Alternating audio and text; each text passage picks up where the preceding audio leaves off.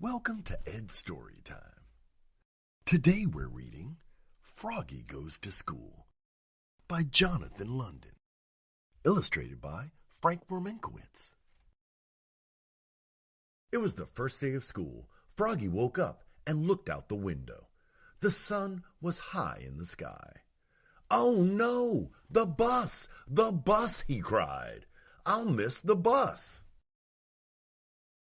He hopped out of bed and flopped outside. Flop, flop, flop.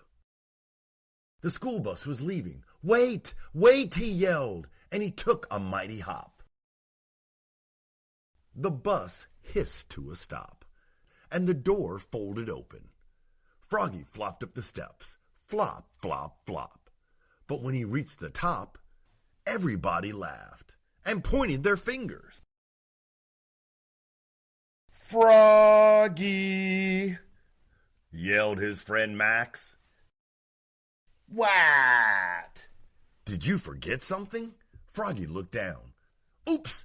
He was in his underwear. He dashed to the back of the bus and hid behind Max's umbrella all the way to school. At school, he hopped behind the bushes. He tried to hide behind the flagpole. He rolled down the hall like a bowling ball. And in class, he pretended to be a flower pot. "Froggy!" called his teacher. "What?" But it wasn't his teacher at all. It was his father. Froggy rubbed his eyes. He had been dreaming. He was still in bed. "Rise and shine, Froggy," said his father. "It's the first day of school." This time, Froggy got all dressed. Zip, zoop, zup. Zut, zut, zut, zap!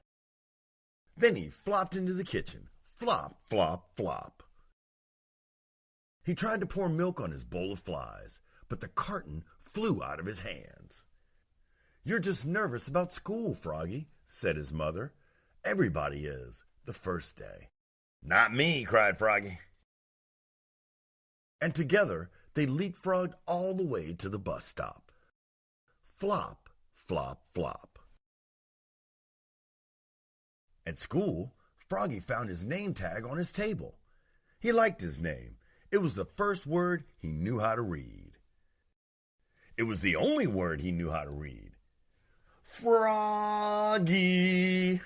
He read it out loud, louder and louder. "Froggy!"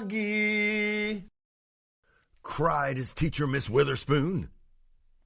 "What?" "Hush, dear. It's time to pay attention."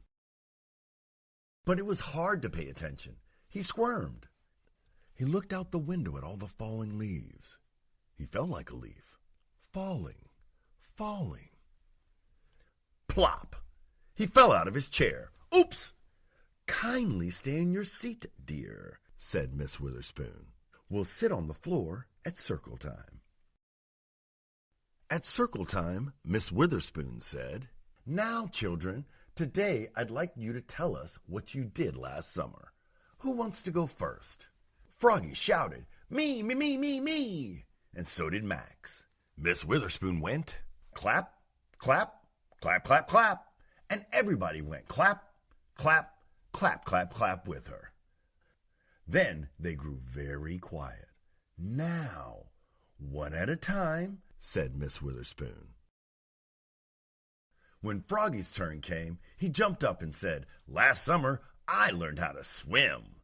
And he sang, "Bubble, bubble, toot, toot, chicken airplane soldier." Everybody jumped up and joined in. "Bubble, bubble, toot, toot, chicken airplane soldier."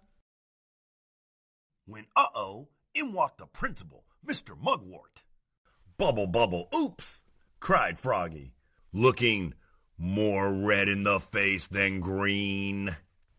Mr. Mugwort glared at him.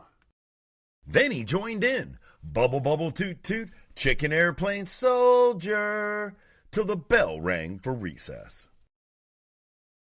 When Froggy flopped off the bus after school, his father said, "Froggy, how was your first day of school?" "Great," said Froggy. "I taught the principal how to swim." "That's nice," said his mother. "But where's your lunchbox and baseball cap?" "Oops! I left them at school." "Oh, Froggy, will you ever learn?" said his mother. "That's why I'm going to school, Mom." And together they leapfrogged all the way home. Flop, flop, flop.